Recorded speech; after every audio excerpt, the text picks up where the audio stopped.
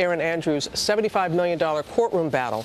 The Dancing with the Stars co-host suing her stalker and the hotel she says allowed him to book a room next to her and secretly record nude video of her through a peephole. ABC's Ryan Smith has the latest for us. Good morning, Ryan. Good morning, Rob. And Erin Andrews suffered through an unthinkable crime. A stalker filming her changing in a hotel, disseminating the videos online. But now she's fighting back in court, claiming both the stalker and the hotel's actions and alleged failings caused her severe and permanent emotional distress.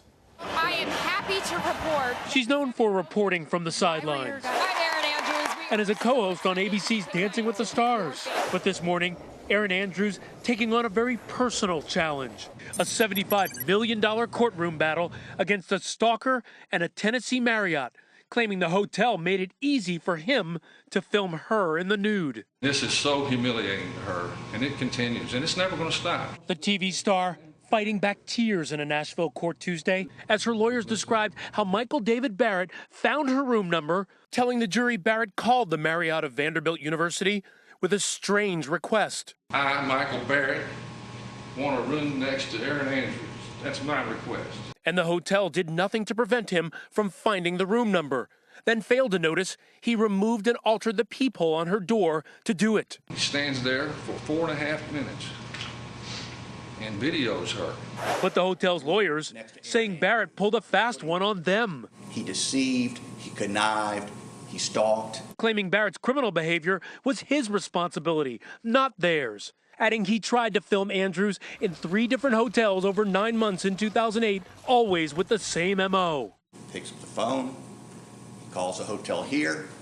This is Jeff, Scott, and Erin Andrews. I need to confirm our reservation.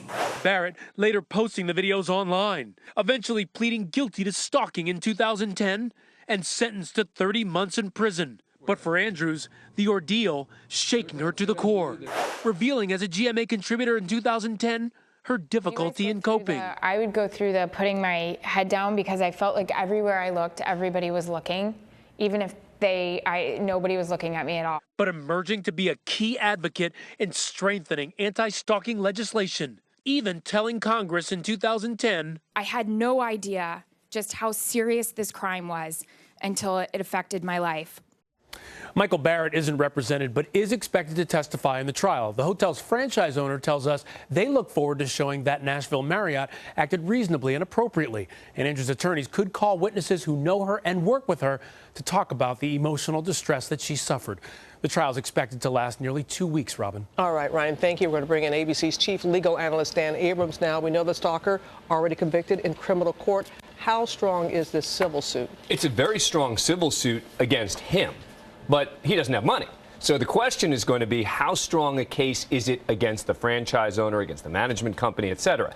That's where you're talking about the potential for deep pockets and the potential of a payout. So this is really a case where we're going to talk about how much and who pays it more than was there any wrongdoing. And when we say how much, she's asking for $75 million. $75 million. She had been asking for $10 million. She increased it now to $75 million.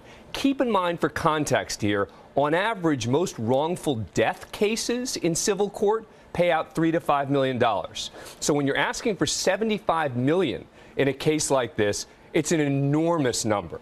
And certainly, I would think, more than she's going to get. But again, the question is going to be, who has to pay it, and do they have to all pay it together, even though there's no question that he, the stalker, is the person who's primarily responsible. Which the hotel has, said this is terrible what happened, put it all on him. What is their defense? Right. The question is, was it negligent?